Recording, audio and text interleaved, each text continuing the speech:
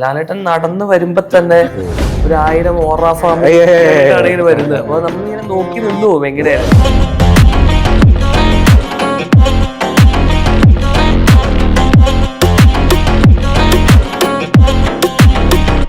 Second ഹാഫിൽ എത്തിയപ്പോ പരിപാടിയൊക്കെ മാറി. ലാസ്റ്റ് കഴിഞ്ഞിട്ട് ഞാനിങ്ങനെ കിളി പോയിട്ടിരുന്നത് എനിക്ക് ഇപ്പോഴും ഓർമ്മയില്ല.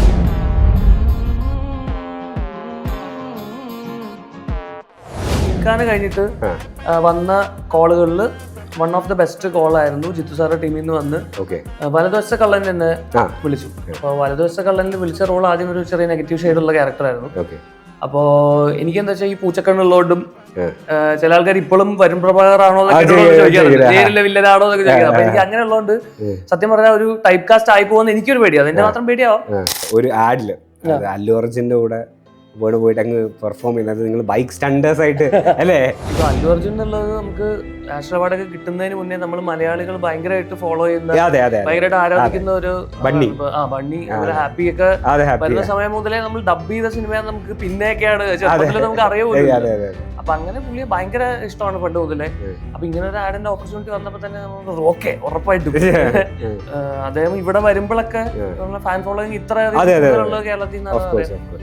അപ്പോ മലയാളിയാന്ന് പറഞ്ഞാൽ ഇപ്പൊ സത്യം പറഞ്ഞാൽ ഇപ്പൊ ലാലേട്ടൻ, മമ്മൂക്ക, അല്ലെങ്കിൽ ഫാഫ, DQ, രാജുവേട്ടൻ, അങ്ങനെ കുറെ ആൾക്കാർ പോയിട്ട് മലയാള സിനിമയെ ഇപ്പൊ പാൻ ഇന്ത്യൻ ലെവലില് ഇവര് മാത്രമല്ല, ഞാൻ പറഞ്ഞ മലയാള ടെക്നീഷ്യൻസ് ആണെങ്കിൽ എല്ലാവരും കൂടെ മലയാള സിനിമയ്ക്ക് ഇപ്പോൾ റെസ്പെക്ട് ഉണ്ട്.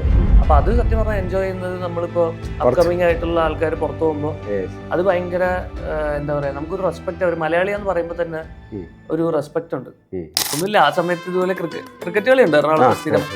അപ്പോ ഇങ്ങനെ കെട്ടിയോളാണ്ട് മലയാളിയുടെ DOP അഭിയേട്ടൻ വിളിച്ചിട്ടാണ് ഞാൻ ഒരു ദിവസം പോലെ കടവന്ത്ര പണ്ട് റോഡിൽ ക്രിക്കറ്റ് കളിക്കാൻ പോകുന്നത്. ഖാലിദ് റഹ്മാൻ, ജിംഷി ഖാലിദ്, അതുപോലെ നിസാം ബഷീർ, റോഷാക്കിന്റെ ഡയറക്ടർ നിസാം ബഷീർ, അങ്ങനെ കുറെ അധികം വലിയ വലിയ ആൾക്കാർ വരുന്നു. അപ്പൊ പിന്നെ ഞാൻ തീരുമാനിച്ചു അവിടെ തന്നെ ക്രിക്കറ്റ് കളി സ്ഥിരമാക്കാം. 3 മാസം അവിടെ ഞാൻ ക്രിക്കറ്റ് കളിക്കാൻ പോയി. പിന്നെ കാസ്റ്റ് ആവുമല്ലോ, റഹ്മാനിക്കായിട്ട് പരിചയമായി. അപ്പൊ അങ്ങനെയാണ് ജിംഖാനയിലേക്ക് എത്തിയത്. നമ്മൾ ആസ് എൻ ആക്ടർ ഈ കണക്ഷൻസ് എത്രത്തോളം നമുക്ക് ഇമ്പോർട്ടന്റ്? മലയാള സിനിമയിൽ ഭയങ്കര ഇമ്പോർട്ടൻ്റ് ആണ്. മലയാള സിനിമ ഇപ്പോൾ ഒരു കോൺട്രാക്ട് പോലും എഴുതാതെ വർക്ക് ചെയ്യുന്ന ഒരു ഇൻഡസ്ട്രിയാണ് മലയാള സിനിമ. കാരണം എനിക്കൊന്ന് ലീഡ് ആക്ടേഴ്സ് മാത്രം ചിലപ്പോൾ കോൺട്രാക്ട് വല്ലതും സൈൻ ചെയ്യും. അല്ലാതെ ഒരാൾ പോലും ഇപ്പൊ ഇവിടുത്തെ ഏറ്റവും വലിയ ആർട്ടിസ്റ്റ്, ക്യാരക്ടർ റോൾ ചെയ്യുന്ന ആർട്ടിസ്റ്റിന് എടുത്താൽ പോലും കോൺട്രാക്ട് ഒന്നും സൈൻ ചെയ്യാതെ പറഞ്ഞ ഡേറ്റിന് ഇവിടെ എത്തി ഷൂട്ട് തീർത്തു പോകുന്ന ആർട്ടിസ്റ്റും പ്രൊഡക്ഷൻ ഹൗസും അല്ലെങ്കിൽ അങ്ങനെ ടെക്നീഷ്യൻസ് വർക്ക് ചെയ്യുന്ന.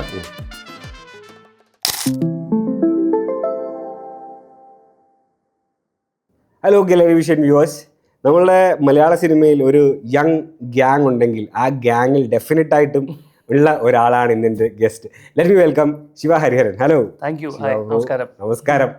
ഇപ്പോഴത്തെ ലേറ്റസ്റ്റ് വിശേഷം എന്ന് പറയുന്നത്, ഞങ്ങൾ ദൃശ്യത്തിന്റെ ട്രെയിലർ ഇങ്ങനെ കണ്ടു. അപ്പോൾ ട്രെയിലർ ഇപ്പൊ എന്തിനും ട്രെയിലർ ഡീകോഡിങ് ആണല്ലോ. അപ്പൊ അങ്ങനെ ഡീകോഡ് ചെയ്തപ്പോൾ നമുക്ക് പെട്ടെന്ന് പരിചയമുള്ള ഒരു മുഖം. അപ്പൊ തന്നെ ഞങ്ങൾ വിചാരിച്ചു ഇപ്പൊ തന്നെ വിളിച്ച് ലോക്ക് ചെയ്യണം. അപ്പൊ bro, thank you so much for coming. Thank you so much ഈ ഒരു ഇൻവൈറ്റിനും. എന്താ പറയാ, ഞാനും ഭയങ്കര എക്സൈറ്റഡ് ആണ്, ഈക്വലി എക്സൈറ്റഡ് ആണ്. കാരണം ദൃശ്യം 2 നമുക്ക് തിയേറ്ററിൽ നിന്ന് മിസ്സായത്. അതെ, അത് ഞാൻ ചോദിക്കട്ടെ ബ്രോ, ദൃശ്യം 1 എന്തായിരുന്നു? ആ ഒരു സിനാരിയോയില് ബ്രോ എവിടുന്നാണ് കണ്ടത്, എങ്ങനെയാണ് കണ്ടത്? ഒരു ഹൈപ്പും ഇല്ലാണ്ട് വന്നാണ്. അതാ, പാലക്കാടാണ് എന്റെ സ്ഥലം. അപ്പൊ ഞാൻ പാലക്കാട് നിന്ന് കണ്ടേ. ഞാൻ സാധാരണ ലാലേട്ടന്റെ പടം FDFS എങ്ങനെയെങ്കിലും കയറാൻ നോക്കും. അന്ന് എന്തോ മിസ്സായി മാറ്റിക്കാ ടിക്കറ്റ് കിട്ടി. പക്ഷെ എന്തോ അതിന് സ്പോയിലർ ഒന്നും വന്നിട്ടുണ്ടായിരുന്നില്ല. കേറി സാധാരണ പോലെ ഫസ്റ്റ് ഹാഫിൽ ഫാമിലി മൂവിയൊക്കെ. സെക്കൻഡ് ഹാഫിൽ എത്തിയപ്പോ പരിപാടി അങ്ങ് മാറി. ലാസ്റ്റ് കഴിഞ്ഞിട്ട് ഞാനിങ്ങനെ കിളി പോയിട്ടിരുന്നത് എനിക്ക് ഇപ്പോഴും ഓർമ്മയുണ്ട്. അപ്പൊ അങ്ങനെയുള്ളതെന്ന് അന്നൊന്നും എനിക്ക് ഈ സിനിമ മോഹം പോലും ഇല്ല. എന്ന് വെച്ചാൽ ഇങ്ങനെയൊന്നും നമ്മൾ ആലോചിച്ചിട്ട് പോലും ഇല്ല. എത്തി സ്കൂളായിരിക്കും ആ ടൈമിൽ സ്കൂളായിരുന്നു. ഞാൻ പറഞ്ഞത് ദൃശ്യം 2 തിയേറ്ററിൽ നിന്ന് കാണാൻ പറ്റിയില്ല. അപ്പോൾ സിനിമയൊക്കെ ട്രൈ ചെയ്യാൻ തുടങ്ങി.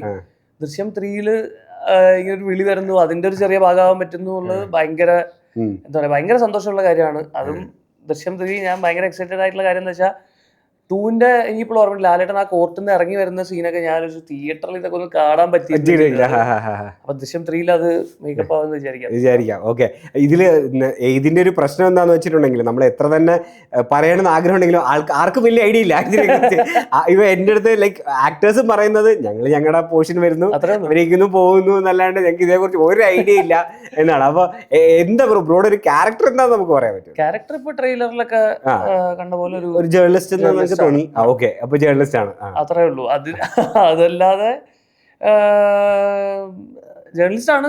അപ്പൊ ആ ട്രെയിലറിൽ കണ്ട സാധനമാണ് ഇപ്പൊ റിവീൽ ചെയ്തേക്കുന്നത്. അപ്പൊ എനിക്ക് തോന്നുന്നു സിനിമയെ കുറിച്ച് കൂടുതലൊക്കെ പറയാൻ ജിത്തു സാറോ അല്ലെങ്കിൽ പ്രൊഡക്ഷൻ ഹൗസിൽ അവർ പറയുന്നതല്ല. അപ്പൊ എനിക്ക് തോന്നുന്നു അവരും ഇത്രയൊക്കെ പുറത്ത് പറഞ്ഞിട്ടുള്ളൂ.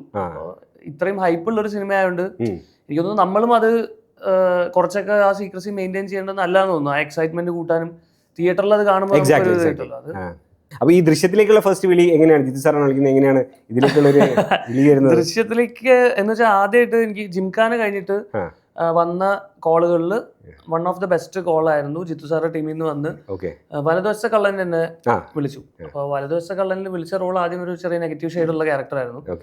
അപ്പോൾ എനിക്കെന്താ വെച്ചാൽ ഈ പൂച്ചക്കണ്ണുള്ളതുകൊണ്ടും ചില ആൾക്കാർ ഇപ്പോഴും വരുൺ പ്രഭാകർ ആണോ നേരിലെ വില്ലനാണോ എന്നൊക്കെ ചോദിക്കാം. അപ്പൊ എനിക്ക് അങ്ങനെ ഉള്ളതുകൊണ്ട് സത്യം പറഞ്ഞാൽ ഒരു ടൈപ്പ് കാസ്റ്റ് ആയി പോകുന്ന എനിക്കൊരു പേടിയാണ്. എന്റെ മാത്രം പേടിയാവും നെഗറ്റീവ് ഷെയ്ഡ് ചെയ്ത് അങ്ങനെ ആയി പോകുന്നുള്ളൊരു സാധനം എനിക്കുണ്ടായിരുന്നു. അപ്പൊ ജിംഖാനയിൽ ചെറിയ കോമഡി ലൈക്ക് പരിപാടി ആയതുകൊണ്ട് ഞാൻ വെച്ചു അങ്ങനെ കുറച്ചുകൂടെ റോള് കിട്ടിയാൽ നല്ലതെന്ന് വിചാരിച്ച് ഇതെങ്ങനെ ജിത്തു സാറോട് പോയി പറയണമല്ലോ. അപ്പോൾ എൻ്റെ 2 ഫ്രണ്ട്സ് ഉണ്ട്, രാഹുൽ എന്ന് പറഞ്ഞിട്ട്, അവൻ ബിരിഞ്ചേട്ടൻ്റെ അസോസിയേറ്റ് ആണ്, പിന്നെ ഒരെണ്ണം ബോബി റഹ്മാനിക്കയുടെ അസോസിയേറ്റ്. അപ്പൊ ഇവരോട് ഞാൻ സ്ഥിരം കോൾ വരുമ്പോൾ സംസാരിക്കുന്നത് ഇവരോടാണ്. അപ്പൊ ബാക്കിയുള്ള കുറെ ആൾക്കാർ പറഞ്ഞിട്ടാ നീ ഡേറ്റ് എന്റെ കാര്യം വല്ലതും പറഞ്ഞിട്ട് പറയാം, നീ വേറെ വല്ലതും പറഞ്ഞിട്ട് പറയാം, കാരണം അവിടെ എങ്ങനെയാണ് നീ ഇല്ലാന്ന് എങ്ങനെ പറയാം. പക്ഷെ ഇവർ രണ്ടുപേരാണ് എന്നോട് പറഞ്ഞാ നീ ജിത്തു സാറെ നേരിട്ട് പോയി കണ്ട് ഇതാണ് കാര്യം എന്ന് പറഞ്ഞാൽ പുള്ളിക്ക് ഉറപ്പായിട്ടും മനസ്സിലാവുന്നത്. അപ്പൊ ആ സമയത്ത് ജിത്തു സാർ ദൃശ്യം 3യുടെ ക്ലൈമാക്സ് എന്തോ എഴുതിക്കൊണ്ടിരിക്കുക. അപ്പൊ ഞാൻ നേരിട്ട് പുതിയ വീട്ടിൽ പോയി. അർഫാസ്ക പുള്ളിയുടെ ചീഫ്, ജിത്തു സാറിന്റെ ചീഫ് ഉണ്ട്. അപ്പൊ അർഫാസ്കയോട് ഇതുപോലെ ഞാൻ ജിത്തു സാറെ ഒന്ന് കാണുന്നു. അപ്പോൾ എന്താ കാര്യം എന്ന് ഞാൻ പറഞ്ഞില്ല. അർഫാസ്ക വിചാരിച്ചു വലതുവശ കളറിൽ വല്ല സ്ക്രിപ്റ്റിന്റെ ഡൗട്ടോ അങ്ങനെ വല്ല ക്യാരക്ടറിനെ കുറിച്ച് വല്ലതും ചോദിക്കാനാവും.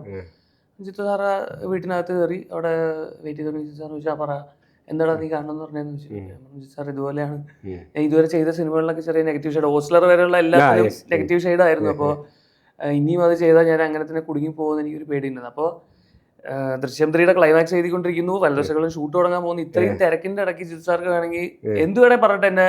പക്ഷെ അതാണ് എനിക്ക് ഒന്ന് ഗംഭീര ഫിലിം മേക്കേഴ്സ്, അത്ര അടിപൊളി ഫിലിം മേക്കേഴ്സ് ആവുന്ന അവരുടെ ക്യാരക്ടറും കൂടി ഉണ്ടാവും. ജിത്തു സാർ എന്നോട് പറഞ്ഞു, എടാ ഇത് നീ നേരിട്ട് വന്ന് എന്നോട് പറഞ്ഞാൽ എനിക്ക് ഭയങ്കര ഇഷ്ടപ്പെട്ടു. കാരണം ഇത് നീ വേറെ ആരോട് പറഞ്ഞാലും ചിലപ്പോൾ ഇത് മനസ്സിലായിക്കൊള്ളണമെന്നില്ല. നീയിപ്പോ വേറെ വല്ല നുണ പറഞ്ഞ് ഒഴിവാക്കിയാലും അപ്പോഴൊന്നും നീ ഇത് ജെന്യൂനായിട്ട് വന്ന് പറഞ്ഞാൽ എനിക്ക് ഭയങ്കര ഇഷ്ടപ്പെട്ടു. അപ്പൊ നീ ഒരു കാര്യം ചെയ്ത് നമുക്ക് ഇനി അടുത്ത വല്ല പരിപാടിയിലും ചെയ്യാന്ന് പറഞ്ഞപ്പോ ഞാൻ പറഞ്ഞു സാർ അങ്ങനെയല്ല, എനിക്ക് ആദ്യമായിട്ട് വിളി വന്നിട്ട് എന്തെങ്കിലും ചെയ്യാതിരിക്കാൻ പറ്റില്ല.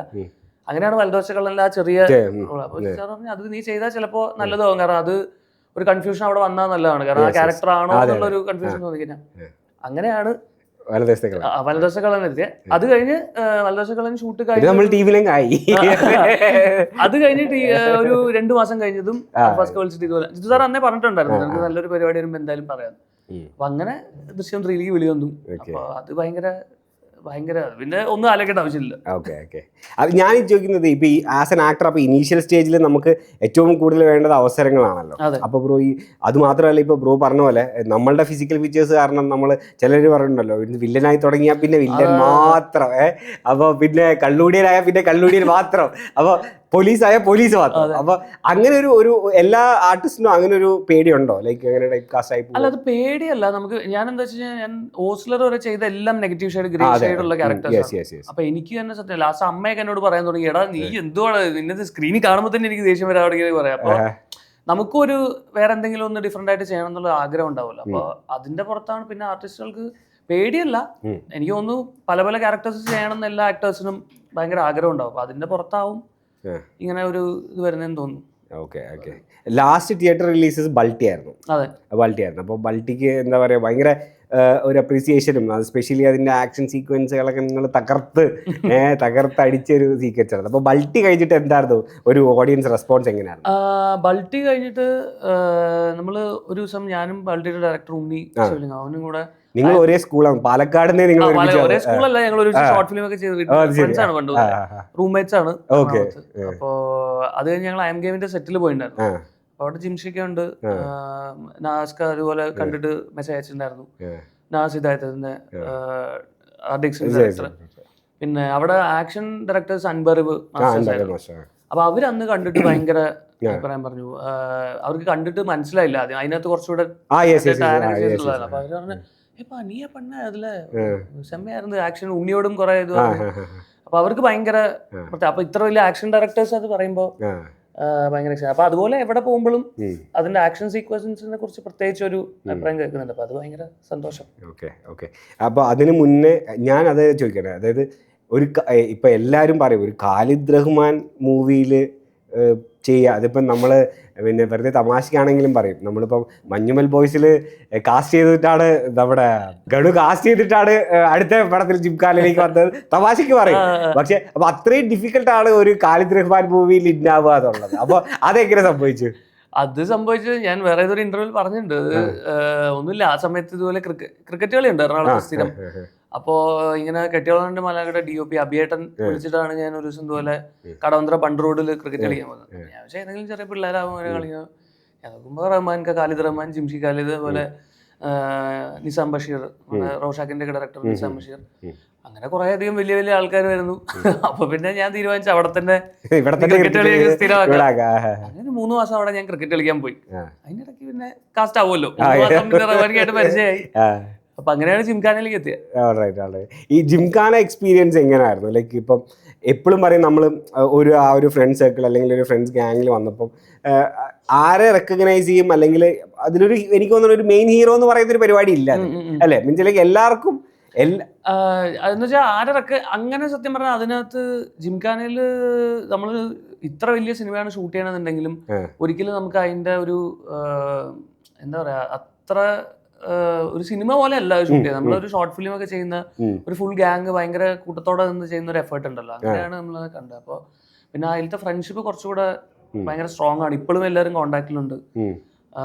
റഹ്മാനിക്കാണെങ്കിലും ജിംഷിക്കാണെങ്കിലും ടെക്നിക്കൽ സൈഡിൽ നിന്നുള്ള ആൾക്കാർ, അതിൽ ഡയറക്ഷൻ ടീമിലുള്ള ആൾക്കാർ, ആക്ടേഴ്സ് എല്ലാവരും. അപ്പോൾ നമ്മളെല്ലാവരും ഭയങ്കര ബോണ്ടിങ് ആയിരുന്നു ശരിക്കും. കാരണം ട്രെയിനിങ് ഓൾറെഡി 6-7 മാസം മുന്നേ തുടങ്ങി, ഷൂട്ട് 3 മാസം, അത് കഴിഞ്ഞ് പ്രൊമോഷൻ 1.5 മാസമൊക്കെ നമ്മൾ ഫിലിം പ്രൊമോട്ട് ചെയ്തിട്ടുണ്ട്. അപ്പൊ ആ ഒരു കാലയളവിൽ എല്ലാവരും ഭയങ്കര തിക് ബോണ്ടിങ് ആണ്. അപ്പൊ അതില് ഒരിക്കലും നമുക്ക് അങ്ങോട്ടും ഇങ്ങോട്ടും ആരുടെ രജിസ്റ്റർ ആവും അങ്ങനെ ഒന്നുള്ള ഇതേ അതിനകത്തില്ല. എല്ലാരും കൂടെ എൻജോയ് ചെയ്തൊരു സിനിമ ചെയ്യുന്നു, അതിന്റെ റിസൾട്ട് എന്താണെന്ന് അപ്പൊ ആലോചിക്കുന്നുമില്ല. അപ്പൊ അത് അങ്ങനെ ഭയങ്കര എൻജോയ് ചെയ്ത് ഭയങ്കരമായിട്ട് എൻജോയ് ചെയ്തൊരു സിനിമയാണ് ജിംഖാന. മൂവിങ് ഓൺ, ജിംഖാനയ്ക്ക് ശേഷം അതിനുശേഷമാണ് ബൾട്ടി വന്നത്. അതെ. അപ്പോൾ ഇപ്പോൾ യൂഷ്വലി ആക്ടേഴ്സ് എന്ത് ചെയ്യുന്നു വെച്ചിട്ടുണ്ടെങ്കിൽ ഒരു മൂവി അല്ലെങ്കിൽ ഒരു മൂവി പരിപാടികളൊക്കെ സ്ട്രോങ് ആയി വരുന്ന ഒരു ടൈമിൽ പിന്നെ ഷോർട്ട് ഫിലിംസോ അല്ലെങ്കിൽ മ്യൂസിക് വീഡിയോസോ ഒന്നും ചെയ്യില്ല. പക്ഷെ ബ്രോയ്ക്ക് അങ്ങനെ ഒരു പ്രശ്നമില്ല. നമ്മളെല്ലാം എന്ത് കിട്ടിയാലും നമ്മൾ അഭിനയിക്കണം, നമ്മൾ എക്സ്പീരിമെന്റ് ചെയ്യണം എന്നുള്ള ഒരു ആറ്റിറ്റ്യൂഡാണെന്ന് തോന്നുന്നു. അപ്പോൾ അതെന്താ അങ്ങനെ ഒരു ഇതൊക്കെ വീണ്ടും പോയി ഒരു ഷോർട്ട് ഫിലിം ഒക്കെ ചെയ്യാനുള്ള? അല്ല, അത് എന്താണെന്ന് വെച്ച് കഴിഞ്ഞാൽ ഞാൻ ഷോർട്ട് ഫിലിംസ് ചെയ്തിട്ടാണ് തുടങ്ങിയത്. ആദ്യം പാലക്കാട് നാടകം ചെയ്യായിരുന്നു, പിന്നെ ഷോർട്ട് ഫിലിംസ് ആണ് ചെയ്തോണ്ടിരുന്നത്. അപ്പൊ ആ സമയത്തുള്ള കുറെ ഫ്രണ്ട്സ് ഉണ്ട്. അപ്പൊ അവര് പ്രത്യേകിച്ച് ഡയറക്ഷൻ ചെയ്യാൻ വേണ്ടി നടക്കുന്ന ഫ്രണ്ട്സ് ഉണ്ട്. അപ്പൊ അവരെല്ലാവരും ഇപ്പോഴും സ്ട്രഗിളിംഗ് ആണ്. ഇപ്പൊ എന്റെ റൂംമേറ്റ്സ് ആയിട്ടുള്ള ആൾക്കാർ, ഇപ്പൊ ഉണ്ണി ഫിലിം ചെയ്തു, അല്ലാതെ വേറെയും നമ്മുടെ റൂംമേറ്റ്സ് എല്ലാവരും ഇൻഡിപെൻഡന്റ് ഡയറക്ടേഴ്സ് ആവാൻ വേണ്ടി ട്രൈ ചെയ്തോണ്ടിരിക്കുന്നുണ്ട്. അപ്പൊ ഞാൻ ആലോചിക്കുമ്പോ എന്താ വെച്ചാൽ നമ്മുടെയും കൂടെ ഉത്തരവാദിത്തമാണ് ഇവരെയും കൂടെ ഹെൽപ്പ് ചെയ്യാന്നുള്ളത്. നമുക്ക് നല്ല റോള് ഗാങ്ങിലുള്ള ആൾക്കാരും കൂടെ നന്നായി കഴിഞ്ഞാൽ അത് ഒരു അടിപൊളി പരിപാടിയാണ്. ഇത് ഈ പാലപ്പൂ എന്ന് പറഞ്ഞ ഷോർട്ട് ഫിലിം നമ്മുടെ തന്നെ പാലക്കാടുള്ള നമ്മുടെ ഒരു കൂട്ടുകാരൻ വിവേക് ചന്ദ്രൻ എന്ന് പറഞ്ഞിട്ട് അവന്റെ ഷോർട്ട് ഫിലിമാണ്. അപ്പോ അത് നമ്മുടെ ഗാങ്ങിൽ തന്നെ ഒരു ഇതാണ്, ഫ്രണ്ട്സിന്റെ ഇടയ്ക്ക്. അപ്പോ അങ്ങനെ ചെയ്തതാണ്. അപ്പൊ ഷോർട്ട് ഫിലിംസ് ചെയ്യുമ്പോൾ ഒന്ന് നമുക്കൊരു നല്ല എക്സ്പീരിയൻസ് ആണ്. കാരണം ഇവരുടെ അഭിനയം എവിടെയാണെങ്കിലും അത് അഭിനയം തന്നെയാണല്ലോ. പിന്നെ അതിപ്പോ പിച്ച് ചെയ്യാൻ വേണ്ടിയിട്ടുള്ള ശ്രമം നടത്തിക്കൊണ്ടിരിക്കുന്നുണ്ട്. അപ്പൊ അങ്ങനെ നൈസ്. അതുപോലെ തന്നെ ഞാൻ കണ്ടു ഒരു ആഡില് അല്ലു അർജുന്റെ കൂടെ പോയിട്ട് അങ്ങ് പെർഫോം ചെയ്യുന്നത് നിങ്ങൾ ബൈക്ക് സ്റ്റണ്ടേഴ്സ് ആയിട്ട് അല്ലേ? അവരൊരു കിടിലൻ ആഡ് വന്ന് ഞാൻ കണ്ടായിരുന്നു. അപ്പൊ എങ്ങനെയുണ്ടായിരുന്നു അല്ലു അർജുൻ? അതായത് എല്ലാവരുടെയും ഭയങ്കര ഒരു അല്ലു അർജുൻ എന്ന് പറയുമ്പോൾ തന്നെ നമുക്കൊരു സ്റ്റാർ നാഷണൽ അവാർഡ് വിന്നറാണ്. പിന്നെ പുഷ്പ 1, 2 ഒക്കെ കണ്ടവർക്ക് ഈസ് ലൈക്ക് ഒരു മെഗാ സ്റ്റാർ ആണ്. അപ്പൊ പുള്ളിയുടെ കൂടെ പോയിട്ട് ഒരു ആഡ് ചെയ്യുക, അത് വെരി ചില്ലായിട്ട്. അതും എനിക്ക് തോന്നുന്നു അതിന്റെ ആഡിന്റെ ഒരു വൈബ് അങ്ങനെയാണല്ലേ? ഫ്രണ്ട്സ് വരുന്നു, ചില്ല് ചെയ്യുന്നു, ബൈക്ക് പരിപാടികളൊക്കെയാണ്. അപ്പൊ അതൊരു എക്സ്പീരിയൻസ് എങ്ങനെയുണ്ടായിരുന്നു?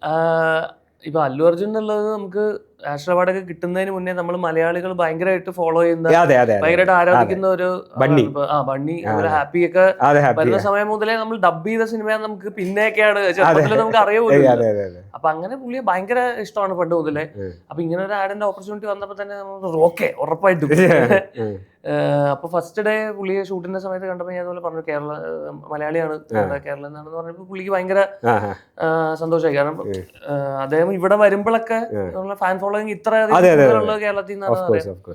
അപ്പോ മലയാളിയാന്ന് പറഞ്ഞാൽ ഇപ്പൊ സത്യം പറഞ്ഞാൽ ഇപ്പൊ ലാലേട്ടൻ, മമ്മൂക്ക, അല്ലെങ്കിൽ ഫാഫ, DQ, രാജുവേട്ടൻ, അങ്ങനെ കുറെ ആൾക്കാർ പോയിട്ട് മലയാള സിനിമയെ ഇപ്പൊ പാൻ ഇന്ത്യൻ ലെവലിൽ ഇവര് മാത്രമല്ല, ഞാൻ പറഞ്ഞ മലയാള ടെക്നീഷ്യൻസ് ആണെങ്കിൽ എല്ലാവരും കൂടെ മലയാള സിനിമയ്ക്ക് ഇപ്പോൾ റെസ്പെക്ട് ഉണ്ട്.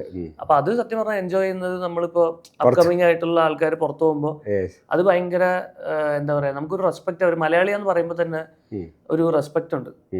അപ്പൊ അതിന് എനിക്ക് തോന്നുന്നു ഹാറ്റ്സ് ഓഫ് ടു ലാലേട്ടൻ, മമ്മൂക്ക, എന്താ സീനിയർ ആക്ടേഴ്സ് അവര് കാരണമാണല്ലോ ഇപ്പൊ മലയാള സിനിമ ഇത്രയും ഒരു ലെവലെത്തിയത്. അപ്പൊ ഇപ്പൊ അല്ലു അർജുൻ ആണെങ്കിൽ അവരൊക്കെ മലയാള സിനിമ എന്ന് പറയുമ്പോൾ അവർക്കൊരു ഭയങ്കര ഒരു റെസ്പെക്റ്റോട് കൂടിയാണ് അവർ നോക്കി കാണുന്നത്. അപ്പൊ അത് ഭയങ്കര അടിപൊളി എക്സ്പീരിയൻസ് ആയിരുന്നു. അദ്ദേഹത്തിന്റെ കൂടെ 3 പേര്, ഞങ്ങൾ 3 പേരാണ് ഗ്യാങ്ങിലുള്ളത്. അപ്പോൾ ഫസ്റ്റ് ദിവസം ഇതുപോലെ ഫോട്ടോ എടുക്കണം എന്ന് പറഞ്ഞ് ഷൂട്ട് കഴിഞ്ഞ് 12 മണി കഴിഞ്ഞിട്ടും ഷൂട്ട് തീർന്നിട്ടുണ്ടായിരുന്നു. നമ്മളോട് പറഞ്ഞ് മാനേജറെ വിട്ടിട്ട് നമ്മൾ അങ്ങോട്ട് വരുത്തിയാണ്. പക്ഷെ ഞങ്ങളുടെ ഷോട്ട് എടുത്തോണ്ടിരിക്കുകയായിരുന്നു. അപ്പൊ 5-10 മിനിറ്റ് പുള്ളി വെയിറ്റ് ചെയ്തു നമുക്ക് വേണ്ടി. എന്നിട്ട് അന്ന് എടുക്കാൻ പറ്റിയില്ല. അപ്പോൾ അതിന്റെ അടുത്ത ദിവസം പിന്നെ അതേ ഷൂട്ടുണ്ട്. അപ്പോൾ അന്ന് പോകുന്നതിന് മുന്നേ മാനേജറെ ഞങ്ങളുടെ അടുത്ത് കൊണ്ടുവന്ന് നിർത്തി നമ്മളെ 3 പേരെയും വിളിച്ചുകൊണ്ട് ഫോട്ടോ എടുപ്പിച്ചിട്ടാണ്. അത്രയും അടിപൊളി, ഭയങ്കര ജെന്യൂൻ ആയിട്ടുള്ള ഒരു ജെന്റിൽമാൻ സൂപ്പർ സ്റ്റാർ. ഓക്കെ. അല്ല, അതിപ്പോ ഈ അടുത്ത് റെഡിറ്റിലും ട്വിറ്ററിലൊക്കെ ഭയങ്കര ഒരു 42 റൂൾസ് ടു മീറ്റ് അല്ലേ, വൈൽ യു മീറ്റ് അല്ലു എന്ന് പറഞ്ഞിട്ട് ഭയങ്കര ട്രെൻഡിങ് ആയിരുന്നു. അപ്പോൾ നിങ്ങൾക്ക് ഇപ്പൊ നമുക്കപ്പോ ഇതൊക്കെ കണ്ടും കേട്ടൊക്കെയാണ് നമ്മൾ അങ്ങോട്ട് ചെല്ലുന്നത്. അപ്പോൾ അത് ഇത്രയും വലിയൊരു സ്റ്റാർ, അപ്പൊ എന്താണ് ആക്ച്വലി അങ്ങനെയാണോ, അങ്ങനെ എന്തെങ്കിലും ഉണ്ടോ? എന്ന് വെച്ചാൽ ഓഫ്കോഴ്സ് നമ്മൾ ആ സ്റ്റാറിനുള്ള റെസ്പെക്ട് കൊടുക്കണം. അത്ര വലിയൊരു ആക്ടറാണ്, ഇത്ര വലിയൊരു ഇന്ത്യൻ സിനിമയെ റെപ്രസെന്റ് ചെയ്യുന്ന ഒരാളാണ്. പക്ഷെ അതിലുപരി അദ്ദേഹം ഒരിക്കലും അവരുടെ ടീമിൽ നിന്ന് ആരെങ്കിലും ഒരാൾ വന്നിട്ട് ഇതാണ് 42 റൂള്, ഇന്ന ഇത് ഒരിക്കലും അങ്ങനെയൊന്നും ഇല്ല. അത് വെറും ഒരു മിത്താണ്. അപ്പൊ ഞാൻ ഈ ഫോട്ടോ ഇട്ടപ്പോൾ തന്നെ കുറെ അധികം തെലുഗു ഫാൻ പേജസ് നിന്നും അവിടുത്തെ ആൾക്കാരും ഇതുപോലെ കമന്റ് ചെയ്യും, പേഴ്സണലായിട്ട് മെസ്സേജ് ഒക്കെ ചെയ്തിട്ടുണ്ടായിരുന്നു. അതുകൊണ്ടാണ് ഞാൻ ആ പോസ്റ്റ് ആയിട്ട് ഇട്ടത്. ഇങ്ങനെ ഒരു സംഭവം നമ്മളോട് ആരോടും അങ്ങനെ ഒരു സാധനം കമ്മ്യൂണിക്കേറ്റ് ചെയ്തിട്ടില്ല. ആ സെറ്റിലും അങ്ങനെ ഒരു സംഭവം ഇല്ല. അത് എനിക്കൊന്ന് അവിടുത്തെ ഏതൊരു PR-ന്റെ ആളാണല്ലോ ഇതിനെ കുറിച്ച് ആദ്യം പറയുന്നത്. പക്ഷെ നമ്മുടെ സെറ്റിലൊന്നും അങ്ങനത്തെ ഒരു ഇതോ ഇപ്പൊ അല്ലെങ്കിൽ മാനേജേഴ്സ് വന്നിട്ട് നമ്മളോട് പറയുക ഇങ്ങനെ അങ്ങനെ ഒന്നുമില്ല. പുള്ളി സെറ്റിൽ വന്നു, കൂളായിട്ട് വേറെ ആൾ വരുന്ന പോലെ വരുന്നു, നമ്മളോട് ഗുഡ് മോർണിംഗ് പറയുന്നു, വിഷ് ചെയ്യുന്നു. ബാക്കിയെല്ലാ അദ്ദേഹം കോ ആക്ടേഴ്സിന് ഭയങ്കരമായിട്ട് സ്പേസ് കൊടുക്കും. അപ്പൊ അത് ഇത്രയും വലിയൊരു സൂപ്പർ സ്റ്റാർ അത് ചെയ്യാന്ന് പറയുന്നത് തന്നെ ഭയങ്കര, അതായത് പുള്ളിക്ക് എന്ത് വേണേ ചെയ്യാം. അപ്പൊ അങ്ങനെയൊന്നും ഇല്ല. 42 റൂൾസ് എൻ്റെ അറിവിൽ ഒരു മിത്താണ്. അതെ. ഓക്കെ. സോ ഈ ഒരു ജേർണി ഇപ്പം ഐ തിങ്ക് എപ്പോഴായിരുന്നു first movie, first audition start ചെയ്തത്? ഒരു 2014 മുതലാണ് എനിക്ക് ഇത് ആക്റ്റീവായിട്ട് 2014 മുതലാണ് ഇങ്ങനെ തലയ്ക്ക് പിടിച്ച്. അപ്പൊ ഇങ്ങനെ നാടകം ചെയ്യുമായിരുന്നു. അത് കഴിഞ്ഞ് ഷോർട്ട് ഫിലിം ചെയ്തു. നാളെ നേക്കുനർ എന്ന് പറഞ്ഞ കലഞ്ഞർ TV ഒരു റിയാലിറ്റി ഷോ ഉണ്ടായിരുന്നു. അപ്പൊ അതിൽ എൻ്റെ ഫ്രണ്ട് ഒരു ഷോർട്ട് ഫിലിം ക്യാമറ ചെയ്യുക. അപ്പൊ അവൻ എന്നോട് ചോദിച്ചാൽ ഷോർട്ട് ഫിലിം ചെയ്യാൻ താല്പര്യം ഉണ്ടോ എന്ന് വെച്ചാൽ അതാണ് ആദ്യത്തെ ഷോർട്ട് ഫിലിം. അങ്ങനെ നാളെ നേക്കുനറിന്റെ ഇതിൽ ചാനലിൽ വന്നു. 2014 മുതൽ പിന്നെ അങ്ങോട്ട് ഓഡിഷൻ. ഞാൻ ഒരു 2 വർഷം ജോലിക്ക് പോയി. ഫിനാൻഷ്യൽ സിറ്റുവേഷൻ ഒക്കെ ഒന്ന് സ്റ്റേബിൾ ആക്കാൻ വേണ്ടി 2 വർഷം ജോലിക്ക് പോയി. പിന്നെ പൂർവാധീന ശക്തിയോടെ നിർത്തി ഫുൾ ടൈം ഓഡിഷൻ പരിപാടിയൊക്കെ ആയിട്ട് കൊച്ചിയിൽ തന്നെ അന്ന് മുതലുണ്ട്. അപ്പോൾ അത് 2014 മുതലാണ് സ്റ്റാർട്ട് ചെയ്തത്. അപ്പൊ ഈ 2014 ഓൾമോസ്റ്റ് 12 വർഷമായി അല്ലേ? അപ്പോൾ ഈ ഒരു ജേർണിയിൽ പല സാഹചര്യങ്ങളിലും നമുക്കുണ്ടാവുമല്ലോ. ഇത് നമുക്ക് തന്നെ മെന്റലി ആണെങ്കിലും നമ്മളുടെ ചുറ്റുപാടുള്ള ആൾക്കാരാണെങ്കിലും നമ്മൾ ആൻസർ ചെയ്യേണ്ട കുറേ പേരുണ്ട്. അറ്റ്ലീസ്റ്റ് വേറെ ബാക്കിയുള്ളവരെ വിടും, നമ്മുടെ പാരന്റ്സിന്റെ അടുത്ത് നമ്മൾ പ്രൂവ് ചെയ്യാണല്ലോ. അത് പാരന്റ്സ്, പാർട്ട്ണർ, ഇതൊക്കെ വലിയ ഇഷ്യൂ ആണ്. പക്ഷെ എനിക്ക് സത്യം പറഞ്ഞാൽ ഫാമിലിയിൽ നിന്ന് അങ്ങനെ ഒട്ടും പ്രഷർ ഉണ്ടായിട്ടില്ല. കാരണം ഞാൻ ഒറ്റ മോനാണ്. അപ്പൊ പിന്നെ അങ്ങനെ ഒരു സാധനം പ്രഷറേ ഇല്ല. ഇപ്പൊ അച്ഛനാണെങ്കിലും പിന്നെയൊക്കെ ആദ്യം നാട്ടുകാരൊക്കെ കുറച്ച് ഇങ്ങനെ ഒന്ന് ചോദിക്കുമല്ലോ, എഞ്ചിനീയറിംഗ് കഴിഞ്ഞിട്ട് ജോലിയൊക്കെ കയറി ഇതൊക്കെ എല്ലാം നടക്കുമോ, അങ്ങനെയൊക്കെ സാധനമൊക്കെ ആദ്യമൊക്കെ അച്ഛനും അമ്മയൊക്കെ കേട്ടോണ്ടൊക്കെ. പിന്നെ അവരും തിരിച്ച് കൊടുക്കാനൊക്കെ തുടങ്ങി. അപ്പൊ അത് കേട്ടപ്പോ എനിക്കൊരു കോൺഫിഡൻസ്. അച്ഛൻ ആരെങ്കിലും വന്ന് പറഞ്ഞാൽ പിന്നെ ലാസ്റ്റ് അവരോട് ചൂടാവാനേ തോന്നി. അവന് ഇഷ്ടമുള്ള ചേട്ടാ, നിങ്ങൾക്ക് എന്താണ്, നിങ്ങൾക്ക് കാര്യം നോക്കിയാൽ പോരെ എന്ന് പറഞ്ഞിട്ട് ഫാമിലിയിൽ നിന്ന് എപ്പോഴും ഭയങ്കര സപ്പോർട്ടാണ്. അത് തന്നെ ഭയങ്കര ഒരു ഇപ്പൊ എന്റെ കൂടെ ട്രൈ ചെയ്യുന്ന ആൾക്കാർക്കൊക്കെ എനിക്കറിയാം. ഇപ്പൊ ഒന്ന് നമുക്ക് ഫിനാൻഷ്യൽ സ്ട്രഗിൾ എന്തായാലും ഉണ്ടാവും. നമ്മളൊരു പാഷന്റെ പുറകെ പോവാണ്. അപ്പൊ അതില് ഫിനാൻഷ്യലി നമ്മൾ കുറച്ച് സെറ്റിൽ ആവാൻ കുറെ ടൈം എടുക്കും. അപ്പൊ എന്റെ കൂടെ ട്രൈ ചെയ്തോണ്ടിരുന്ന ആൾക്കാരെ ഇപ്പൊ കുറെ ആൾക്കാർ നിർത്തി ജോലിക്ക് തിരിച്ചു കയറി. കുറെ ആൾക്കാർ പുറത്ത് പോയി, എന്ന് വെച്ചാൽ ഇന്ത്യയുടെ പുറത്ത് പോയി ജോലിക്ക്. ചില ആൾക്കാർ ഇപ്പോഴും പാർട്ട് ടൈം ആയിട്ട് ട്രൈ ചെയ്തോണ്ടിരിക്കുന്നു. അപ്പൊ എനിക്ക് തോന്നുന്നു നമ്മള് എത്ര ലോങ്ങർ നമുക്ക് അതിൽ പിടിച്ചു വെക്കാൻ പറ്റുമോ അത്രയും നമ്മുടെ ചാൻസസ് കൂടുതലാവും. അപ്പൊ ഫാമിലിയുടെ സപ്പോർട്ട് ഭയങ്കര ഇമ്പോർട്ടൻ്റ് ആണ്. തുടക്കത്തിലെ നമുക്ക് ഇങ്ങനെ ഒരു ഭയങ്കര ഇതൊക്കെ ഉണ്ട്, ആൾക്കാർ എന്ത് പറയും അങ്ങനെ. പിന്നെ പിന്നെ നമുക്കതങ്ങ് ശീലമാവും. അല്ല പക്ഷെ ഇപ്പൊ എനിക്കത് അതിലൊരു കുറച്ചൊരു കുറവ് വന്നിട്ടുണ്ടാവും തോന്നല്ലേ ഒരു ഇപ്പൊ എന്താ വെച്ച് കഴിഞ്ഞാൽ ഇപ്പൊ എല്ലാവർക്കും ഇങ്ങനെ പറയുകയും ചെയ്യാലോ. അപ്പൊ എല്ലാവർക്കും ഭയങ്കര എക്സൈറ്റ്മെന്റ് ആണ്. അതൊരു പ്രഷറാണോ? അതായത് നമ്മള് ഒരു ബേബി നമ്മൾ ചിലപ്പോൾ നമ്മളോടുള്ള കൺസേൺ കൊണ്ട് ചോദിക്കുന്നതായിരിക്കാം. നമ്മൾ നാട്ടിലേക്ക് പോകുമ്പോൾ എന്താ മോനെ പടമൊന്നും ഇല്ലേ, എന്താ നമ്മൾ വെറുതെ 2 ദിവസം വീട്ടിലിരുന്നാലും ആ ഒരു പ്രഷർ ഉണ്ട്. പല ആർട്ടിസ്റ്റുകൾ പറഞ്ഞിട്ടുണ്ട് ആ ഒരു പ്രഷർ ഉണ്ടാവും. കാരണം എന്താ വെച്ചാൽ ഇപ്പൊ ഞാൻ സ്ഥിരം കഴിക്കാൻ പോകുന്ന ഹോട്ടലൊക്കെ ഉണ്ട്. ഞാൻ പടമുകൾ താമസിക്കുന്നത്. അവിടെ അവരുടെ എക്സൈറ്റ്മെന്റ് കാരണം അവർ ചോദിക്കുന്നത്. അപ്പൊ ഹോട്ടലിൽ കഴിക്കാൻ വരുന്ന ചേട്ടന്മാർ ചോദിക്കും അടുത്ത ഏതാ പടം, അപ്പൊ ചേട്ടാ ഇന്ന പടം, അത് കഴിഞ്ഞിട്ട് ഏതാ പടം. നമുക്കറിയില്ല. പക്ഷെ ഇപ്പൊ അതൊക്കെ മാറി കുറച്ച് ബാക്ക് ടു ബാക്ക് ഇങ്ങനെ പരിപാടികൾ വരുന്നുണ്ട്. അപ്പൊ അത് എനിക്ക് നമ്മൾ ഇഷ്ടപ്പെടുന്ന, ഇപ്പൊ ഞാൻ സ്ഥിരം കാണുന്ന ആൾക്കാർക്കൊക്കെ അത് ഭയങ്കര എക്സൈറ്റ്. അതിലുണ്ട് ഇതിലുണ്ട് എന്ന് പറയുമ്പോൾ അവർക്കും സന്തോഷമാണ്.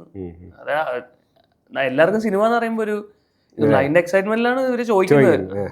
ഈ മലയാള സിനിമയിൽ അല്ലെങ്കിൽ ജനറലി ഈ സിനിമ നമ്മൾ ആസ് എൻ ആക്ടർ ഈ കണക്ഷൻസ് എത്രത്തോളം നമുക്ക് ഇമ്പോർട്ടൻ്റ് ആണ്? മലയാള സിനിമയിൽ ഭയങ്കര ഇമ്പോർട്ടൻ്റ് ആണ്. കാരണം മലയാള സിനിമ ഇപ്പോൾ ഒരു കോൺട്രാക്ട് പോലും എഴുതാതെ വർക്ക് ചെയ്യുന്ന ഒരു ഇൻഡസ്ട്രിയാണ് മലയാള സിനിമ. കാരണം എനിക്കൊന്ന് ലീഡ് ആക്ടേഴ്സ് മാത്രം ചിലപ്പോൾ കോൺട്രാക്ട് വല്ലതും സൈൻ ചെയ്യും. അല്ലാതെ ഒരാൾ പോലും ഇപ്പൊ ഇവിടുത്തെ ഏറ്റവും വലിയ ആർട്ടിസ്റ്റ്, ക്യാരക്ടർ റോൾ ചെയ്യുന്ന ആർട്ടിസ്റ്റിന് എടുത്താൽ പോലും കോൺട്രാക്ട് ഒന്നും സൈൻ ചെയ്യാതെ പറഞ്ഞ ഡേറ്റിന് ഇവിടെ എത്തി ഷൂട്ട് തീർത്തു പോകുന്ന ആർട്ടിസ്റ്റും പ്രൊഡക്ഷൻ ഹൗസും അല്ലെങ്കിൽ അങ്ങനെ ടെക്നീഷ്യൻസ് വർക്ക് ചെയ്യുന്നതാണ്.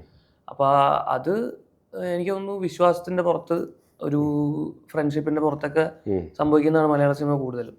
അപ്പൊ അതിൽ കണക്ഷൻസ് ഭയങ്കര ഇമ്പോർട്ടൻ്റ് ആണ്. അപ്പോൾ ഹിന്ദി ഇതൊക്കെ ഞാനിപ്പോൾ ഒരു വെബ് സീരീസ് ചെയ്തിട്ടുണ്ട്. അപ്പോൾ ആഡ് ഒക്കെ പോകുമ്പോൾ അത് കുറച്ചുകൂടെ കോർപ്പറേറ്റ് സിസ്റ്റം, നമ്മൾ മെയിൽ അയക്കണം, നമുക്കൊരു ബില്ല് റൈസ് ചെയ്യണം, അങ്ങനെയൊക്കെ പക്ക അതിന് ഇന്ന ഒരു സിസ്റ്റം അങ്ങനെയൊക്കെ ഉണ്ട്. ഇവിടെ അങ്ങനെയൊന്നുമല്ല. ഇവിടെ എല്ലാം ഒരു വിശ്വാസത്തിന്റെ പുറത്ത് പോകുന്നതാണ്. അപ്പൊ കണക്ഷൻസ് ഭയങ്കര important. Right. Okay. So bro ഇപ്പം എങ്ങനെ ഹൃദയത്തിലേക്ക് എങ്ങനെയാണ് ലാൻഡ് ചെയ്തത്? കാരണം ഇതേപോലെ വിനീത് ശ്രീനിവാസൻ ഒരാളെ ഐഡന്റിഫൈ ചെയ്ത് വിളിക്കുക എന്ന് പറയുന്നതും എല്ലാവരും പറഞ്ഞിട്ടുണ്ട്. അത് എന്തോ ഉണ്ട്, അതുകൊണ്ടാണ് അദ്ദേഹം വിളിച്ചത്. അപ്പൊ അതെന്താ ഇതിലേക്ക് ഹൃദയം? ഓഡിഷൻ ആണോ? ഓഡിഷൻ. വിനീതേട്ടൻ്റെ കൂടെ ഞാൻ ആദ്യമായിട്ട് മനോഹരത്തിലാണ് ആദ്യമായിട്ട് അഭിനയിക്കുന്നത്. മനോഹരം കഴിഞ്ഞ് ഇതുപോലെ ആ സമയത്ത് ഡബിന്റെ സമയത്ത് വിനീതേട്ടനോട് ഞാനിങ്ങനെ പറഞ്ഞിട്ടുണ്ടായിരുന്നു എന്തെങ്കിലും ഉണ്ടെങ്കിൽ പറയണം. അപ്പോൾ ഒരു ഓഡിഷന് വിളിച്ചു. അത് ഹെലന്റെ ഓഡിഷൻ ആയിരുന്നു. അത് വിനീതേട്ടൻ പ്രൊഡ്യൂസ് ചെയ്ത ഫിലിമാണ്. ഹെലന്റെ റിലീസ് ദിവസമായിരുന്നു ഹൃദയത്തിന്റെ ഓഡിഷൻ. ഹൃദയത്തിന്റെ ഓഡിഷൻ സത്യം പറഞ്ഞാൽ എന്നെ വിളിച്ചിട്ടൊന്നുമില്ല, ഞാൻ ചുമ്മാ കയറി പോയതാ. അവിടെ ഹെലന്റെ അതേ ടീമായിരുന്നു ഹൃദയത്തിന്റെ ഓഡിഷൻ ഇരിക്കുന്നത്. അനിലേട്ടൻ, ചീഫ് അസോസിയേറ്റ് അനിലേട്ടൻ പറഞ്ഞാ നീ വന്ന് ചെയ്തു നോക്ക്, വിനീതേട്ടൻ കണ്ടു കഴിഞ്ഞാൽ എന്തായാലും വേണ്ടെന്ന് പറയില്ല. അപ്പൊ വിശാഖായിരുന്നു കാസ്റ്റിംഗ് ഡയറക്ടർ, നമ്മുടെ കുപ്പി. അപ്പോൾ ഫസ്റ്റ് 2 റൗണ്ട് വിശാഖാണ് നമ്മൾ ഓഡിഷൻ ചെയ്തത്. അപ്പോൾ അത് കഴിഞ്ഞിട്ട് വിനീതേട്ടൻ ആ 2 റൗണ്ട് കണ്ടിട്ടാണ് 3rd റൗണ്ടിലേക്ക് വിളിക്കുന്നത്. 4 റൗണ്ട് ഉണ്ടായിരുന്നു. അപ്പോൾ ആ 2 റൗണ്ട് കഴിഞ്ഞ് വിനീതേട്ടൻ ഇതുപോലെ വിളിച്ചു, പറഞ്ഞു 3rd റൗണ്ട് വിനീതേട്ടൻ ഡയറക്ടറാണ് ഓഡിഷൻ ചെയ്തത്. അങ്ങനെ 3rd റൗണ്ട് വിനീതേട്ടൻ എനിക്ക് തോന്നുന്നു ഒരു ഫോണിൽ നിന്ന് നമ്മുടെ ക്ലാസ്മേറ്റ് ഒരുത്തൻ്റെ ഫോണിൽ നിന്ന് ഫുള്ള് പെമ്പിള്ളേരെ നമ്പർ എടുത്തിട്ട് അങ്ങനെ എന്തോ ഒരു സീനാണ് തന്നെ. അപ്പോൾ അത് ചെയ്ത് പിന്നെ അതിൻ്റെ അടുത്ത ദിവസം തന്നെ 4th റൗണ്ട് അത് ചുമ്മാ ഒരു ബ്രീഫിംഗ് പോലെ, ക്യാരക്ടർ തന്നെയാണ്, നമുക്ക് വർക്ക് ചെയ്യാം എന്ന് പറഞ്ഞ് വിനീതേട്ടൻ തന്നെ നേരിട്ട് എല്ലാവരോടും സെലക്ട് ആയ എല്ലാവരോടും പറഞ്ഞ് അങ്ങനെയായിരുന്നു ഹൃദയത്തിലേക്ക് എത്തി. Alright bro. അപ്പം ഞാൻ ഈ സ്പെഷ്യലി ഇപ്പം മലയാള സിനിമയുടെ ഒരു ബേസിക്, നമ്മളിപ്പോൾ മലയാള സിനിമ ഒബ്സർവ് ചെയ്യുന്ന ഒരാളാണെങ്കിൽ നമുക്കറിയാം. അതായത് ഇവിടെ ഇപ്പം വലിയ ബിഗ് ആർട്ടിസ്റ്റുകൾ ഓക്കെ അവരുടെ വലിയ പടങ്ങളുണ്ട്. ആൻഡ് ഓൾസോ ഇപ്പം ജസ്റ്റ് ഒരു 2-3 മൂവീസ് എക്സ്പീരിയൻസ് ഉള്ള അവർക്കും ഇപ്പം ലീഡായിട്ട് പെർഫോം ചെയ്യാൻ പറ്റുന്നുണ്ട്. ഫോർ എക്സാമ്പിൾ ഇപ്പോൾ സന്ദീപ് ഒരു നല്ല എക്സാമ്പിൾ ആണല്ലേ. സന്ദീപ് മെയിൻ ലീഡായിട്ട് എക്കോ എന്ന് പറയുന്ന ഒരു പടം പുള്ളിയ എന്ന് പറയുന്നത് ഇറ്റ്സ് ലൈക്ക് വെരി വെരി. അതേപോലെ നസ്ലിൻ എന്ന് വെച്ചാൽ ഭയങ്കര കുറേ മൂവി ബാക്ക്ഗ്രൗണ്ടോ അല്ലെങ്കിൽ ത്രൂ മൂവീസോ ഒന്നും വന്ന ആളല്ല. ബട്ട് ഇവർക്ക് എല്ലാവർക്കും ഈ അവസരങ്ങൾ കിട്ടുന്നുണ്ട്. അപ്പോൾ അത് എത്രത്തോളം ഒരു മീൻസ് ഒരു ന്യൂ കമർ അല്ലെങ്കിൽ ഈ ഇൻഡസ്ട്രിയിൽ നിൽക്കുന്ന ഒരാൾ എന്നതിൽ എത്രത്തോളം ഹാപ്പിയാണ് അതിന്? ഇപ്പോഴത്തെ ഇത് വെച്ചിട്ട് ഇപ്പോൾ നമ്മൾ പ്രൊഡക്ഷൻ ഹൗസുകളിൽ പോകുമ്പോഴും അവർ പറയുന്നത് സ്ക്രിപ്റ്റിൽ മലയാള സിനിമ എപ്പോഴും എനിക്ക് തോന്നുന്നു കുറച്ചുകൂടെ കണ്ടന്റ് ഓറിയന്റഡ് ആയിട്ട് വർക്ക് ചെയ്യുന്നുണ്ട്. അത് ഇപ്പോൾ കുറച്ചുകൂടെ അതിന് ഇമ്പോർട്ടൻസ് കൊടുക്കുന്നുണ്ട്. അപ്പോൾ അത് ഭയങ്കര പോസിറ്റീവ് ആയിട്ടുള്ള കാര്യമാണ്. പുതിയ ആൾക്കാർ വരുന്ന സിനിമയിലേക്ക് വരാൻ ആഗ്രഹിക്കുന്നവർക്കും എന്താ പറയുക ഇപ്പോൾ ട്രൈ ചെയ്തുകൊണ്ടിരിക്കുന്നവർക്കൊക്കെ ഭയങ്കര പോസിറ്റീവ് ആയിട്ടുള്ളൊരു കാര്യമാണ്. ഇപ്പോൾ നസ്ലിനാണെങ്കിലും സന്ദീപ് ആണെങ്കിലും ഹാഷിർ ആണെങ്കിലും എല്ലാവരും നല്ല രീതിക്ക് ചെയ്തുകൊണ്ടിരിക്കുന്നുണ്ട്. അപ്പോൾ അത് മലയാളി ഓഡിയൻസ് ആക്സെപ്റ്റ് ചെയ്യുന്നുണ്ട്. നമ്മൾ വേറെ പുറത്തുള്ള ഇൻഡസ്ട്രിയിൽ നോക്കിക്കഴിഞ്ഞാൽ ഇത്രയൊന്നും പുതിയ നായകന്മാരെ ആക്സെപ്റ്റ് ചെയ്യൽ, യങ്സ്റ്റേഴ്സിനെ ആക്സെപ്റ്റ് ചെയ്യലൊക്കെ കുറച്ചുകൂടെ ബുദ്ധിമുട്ടാണ്. അപ്പോൾ എനിക്ക് തോന്നുന്നു അത് ഓഡിയൻസിന്റെ ക്വാളിറ്റിയും കൂടിയാണ് നല്ല സിനിമകൾ ആക്സെപ്റ്റ് ചെയ്യുക എന്നുള്ളത്. അപ്പോൾ അത് മലയാളി ഓഡിയൻസിന് അതിനൊരു സ്പെഷ്യൽ താങ്ക്സ് അത് പ്രത്യേകം പറയണം. കാരണം ഇവിടുത്തെ ഓഡിയൻസ് സിനിമ കാണുന്നതും അതിനെ അപ്രോച്ച് ചെയ്യുന്നതൊക്കെ കുറച്ചുകൂടെ സീരിയസ് ആയിട്ടാണ്. എന്ന് വെച്ചാൽ അത് ചുമ്മാ കുട്ടികളെ ആയിട്ടല്ല, അത് സിനിമ പ്രോപ്പറായിട്ട് ഒരു നല്ല സിനിമ അല്ല എന്ന് പറയും, മോശം സിനിമയാണെങ്കിൽ വിമർശിക്കും. അപ്പോൾ അത് ഭയങ്കര നല്ലൊരു കാര്യമാണ്. അപ്പോൾ ഇപ്പോൾ പുതിയതായിട്ട് വരുന്ന ആൾക്കാർക്ക് അതൊരു കോൺഫിഡൻസും കൂടിയാണ്. കാരണം ഇപ്പോൾ പ്രൊഡക്ഷൻ ഹൗസിൽ പോകുമ്പോഴും സ്ക്രിപ്റ്റിൽ കോൺഫിഡൻസ് ഉണ്ടെങ്കിൽ നമുക്കൊരു അവിടെ പോയി പിച്ച് ചെയ്യാന്നുള്ളൊരു കോൺഫിഡൻസ് ഉണ്ടല്ലോ. അപ്പോൾ ഇപ്പം ഞാൻ ചോദിക്കുന്നത്, ആസ് ആൻ ആക്ടർ ഇപ്പോഴും പറയും നമ്മൾ നമ്മളെ തന്നെ ഭയങ്കരമായിട്ട് റിഫൈൻ ചെയ്തുകൊണ്ടിരിക്കണം എന്ന് പറയാം. അപ്പോൾ ബ്രോ ഇപ്പം മൂവീസ് ഇല്ല, അല്ലെങ്കിൽ മൂവീസ് ഇല്ലാത്ത ടൈമിൽ, അല്ലെങ്കിൽ ഇപ്പോൾ ഷൂട്ട് ഇല്ലാത്ത ടൈമിൽ ആസ് ആൻ ആക്ടർ എങ്ങനെയാണ് ഓൺ സെൽഫ് വർക്ക് ചെയ്യുന്നത്? അത് അത്രക്കൊക്കെ പേരുണ്ടെങ്കിൽ ഞാൻ ചിലപ്പോ പക്ഷെ എനിക്ക് തോന്നുന്നു ഞാനിപ്പോ കുറച്ച് കാര്യങ്ങൾ തുടങ്ങിയ കുറച്ച് കാര്യങ്ങൾ എന്ന് വെച്ചാൽ, ഞാൻ വായന വട്ടപൂജയായിരുന്നു. അതിപ്പോ ഞാൻ കുറച്ച് കാരണം വായന ഇല്ലാതെ, പിന്നെ അൽഫോൺസ് ചേട്ടൻ ബൾട്ടിയിലുണ്ടായിരുന്നല്ലോ, ഇങ്ങനെ കുറച്ച് കാര്യങ്ങൾ പറഞ്ഞപ്പോ നമ്മള് വരയ്ക്കുക അല്ലെങ്കിൽ പാട്ട് കേൾക്കുക, അങ്ങനെ എന്തെങ്കിലും ഈ ഏരിയയിൽ എന്തെങ്കിലും നിന്റെ തല കുറച്ച് വർക്ക് ചെയ്തുകൊണ്ടിരിക്കുന്നതല്ല. കാരണം ആർട്ടിസ്റ്റ് എന്ന് പറയുകയാണെങ്കിലും ഇപ്പോൾ ഡയറക്ടർ എന്ന് പറയുകയാണെങ്കിലും ക്രിയേറ്റീവായിട്ട് എന്തെങ്കിലും സാധനം ചെയ്തു. അപ്പോൾ പാട്ട് കേൾക്കുന്ന 5 മിനിറ്റ് ആണെങ്കിൽ 5 മിനിറ്റ് അത്രയും അതിൽ ഇൻവോൾവ് ആയിട്ട് ആ പരിപാടി ചെയ്ത് കഴിഞ്ഞാൽ കുറച്ച് നല്ലതാവുമെന്ന് പറഞ്ഞു. അപ്പം അങ്ങനെ വായന ഒരു ഇതാണ്. പിന്നെ ബേസിക് ഫിറ്റ്നസ് കുറച്ച് മെയിൻറ്റെയിൻ ചെയ്യാൻ എന്തെങ്കിലുമൊക്കെ വർക്കൗട്ടോ സ്പോർട്സോ എന്തെങ്കിലും ചെയ്യുന്നുണ്ട്. പിന്നെ ബാക്കി ഞാൻ മനസ്സിലാക്കിയത്, നല്ല നല്ല ഡയറക്ടേഴ്സിൻ്റെ കൂടെ വർക്ക് ചെയ്യുമ്പോൾ നമ്മൾ സ്വാഭാവികമായിട്ടും നമ്മൾ പോളിഷ്ഡ് ആവും. അപ്പം അങ്ങനെ ഇപ്പോൾ വർക്ക് ചെയ്ത ഡയറക്ടേഴ്സിൻ്റെ അടുത്തൊക്കെ ഞാൻ കുറച്ച് സാധനങ്ങൾ പഠിച്ചിട്ടുണ്ട്. അപ്പോൾ ഇനിയും വർക്ക് ചെയ്യുന്ന ഡയറക്ടേഴ്സിൻ്റെ അടുത്ത് നമ്മൾ പഠിക്കുന്നു. അപ്പോൾ ഇതൊരു കണ്ടിന്യൂസ് ലേണിംഗ് പ്രോസസ്സാണല്ലോ. ഓക്കെ. അപ്പോൾ അങ്ങനെയാണെങ്കിൽ ഞാൻ ചോദിക്കട്ടെ, ഫസ്റ്റ് ഇപ്പം ഈ ഒരു ലേണിംഗ് പ്രോസസ്സാണെന്ന് പറഞ്ഞതുകൊണ്ട് തന്നെ ഇപ്പോൾ അൽഫോൺസ് ചേട്ടൻ എന്താ പഠിച്ചത് ആസ് എ ഡയറക്ടർ? പുള്ളിയുടെ കൂടെ പെർഫോം ചെയ്യും, നിങ്ങൾ സ്റ്റൺ സീക്വൻസുകളും കാര്യങ്ങളും പെർഫോമും ഉണ്ടായിരുന്നല്ലോ. അൽഫോൺസ് ചേട്ടൻ ഇത് എനിക്ക് തോന്നുന്നു ഏതോ പോസ്റ്റിലും എഴുതിയിട്ടുണ്ട്. അൽഫോൺസ് ചേട്ടൻ പറഞ്ഞൊരു കാര്യം എന്ന് വെച്ചാൽ, എഡിറ്റ് പഠിച്ചാൽ ഭയങ്കര നല്ലതെന്ന് പറഞ്ഞു. കാരണം അതായത് നമ്മളിപ്പോൾ എവിടെ വെച്ചിട്ടാവും ഒരു എഡിറ്റർ ഇത് കട്ട് ചെയ്യാൻ ചാൻസ് എന്നൊക്കെ നമ്മൾ അറിഞ്ഞു കഴിഞ്ഞാൽ, ഭയങ്കര ടെക്നിക്കൽ ആയിട്ടല്ല, പക്ഷെ ഇതിന്റെ ഈ സീനിന്റെ ഇത് ഇവിടെ ആവും കട്ട് പോയിന്റ് എന്നൊക്കെ നമുക്ക് ജഡ്ജ് ചെയ്യാൻ പറ്റിക്കഴിഞ്ഞാൽ ഭയങ്കര നല്ല. അപ്പൊ ആസ് എൻ ആക്ടർ നമ്മൾ എഡിറ്റിന്റെ ഒരു ബേസിക് ഐഡിയ ഉണ്ടാക്കി വെക്കുന്നത് നല്ലതാണ്. അത് ഭയങ്കര. ഇനി ഡയറക്ടർ ചോദിക്കാം, രണ്ടുപേരും ഒരേ സ്ഥലത്തു നിന്ന് ഒരേ, അതായത് ഷോർട്ട് ഫിലിം ഒക്കെ ചെയ്തു വന്നാണല്ലോ ഉണ്ണി. സോ അപ്പോൾ ഉണ്ണി എന്ന ഡയറക്ടർ, അപ്പോൾ അതും വലിയൊരു പ്രോജക്റ്റാണ് ഉണ്ണി ഫുൾ ഓഫ് ചെയ്തത്. അപ്പോൾ ഉണ്ണിയുടെ അടുത്ത് എന്ത് പഠിക്കാൻ കഴിഞ്ഞു? ഉണ്ണിയുടെ അടുത്ത് എങ്ങനെ പ്രഷർ ഹാൻഡിൽ ചെയ്യാന്ന് പഠിച്ചു. നമുക്ക് സത്യം പറഞ്ഞ പേടിയായിരുന്നു. കാരണം ഇവൻ ഇത്രയും വലിയൊരു പ്രോജക്ട്, ഇത്രയും സ്കെയിലുള്ള ഒരു പ്രോജക്ട് എങ്ങനെ ഹാൻഡിൽ ചെയ്യുന്നു. പക്ഷെ അത് അവൻ ഭയങ്കര നീറ്റായിട്ട് ഹാൻഡിൽ ചെയ്ത് അത് ഇത്രയും നല്ലൊരു റിസൾട്ടിലേക്ക് കൊണ്ടെത്തിക്കാന്ന് പറയുന്നത് ഭയങ്കര. കാരണം ടെക്നീഷ്യൻസ് ആണെങ്കിൽ എല്ലാം വലിയ, ഇപ്പൊ സായബ് ബംഗർ സൗത്ത് ഇന്ത്യയിൽ അത്യാവശ്യം ലീഡിംഗ് ആയിട്ടുള്ള മ്യൂസിക് ഡയറക്ടറാണ്. നമ്മുടെ എഡിറ്റർ ദുരന്തറിന്റെ എഡിറ്ററാണ്. അപ്പൊ ഇത്രയും വലിയ ടെക്നീഷ്യൻസിനെ ഒക്കെ കൊണ്ടുവന്ന് ഇന്നാക്കി. അപ്പൊ അത് ഭയങ്കര വലിയൊരു പ്രോജക്റ്റ് ഓണാക്കി എടുത്തത്. അപ്പൊ അതിന് ഭയങ്കര എന്താ പറയാ, അവന്റെ അടുത്ത് നിന്ന് കുറെ സാധനം പഠിക്കാനുണ്ട്. അവന്റെ കോൺഫിഡൻസും എന്താ പറയാ,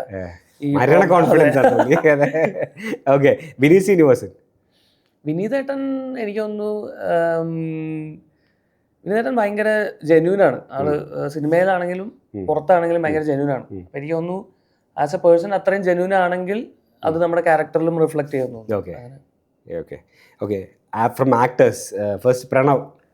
പ്രണവ് അഗൈൻ പുള്ളി ആസ് എൻ ആക്ടറിനേക്കാളും ഒരു അടിപൊളി ഹ്യൂമൻ ബീങ് ആണ്.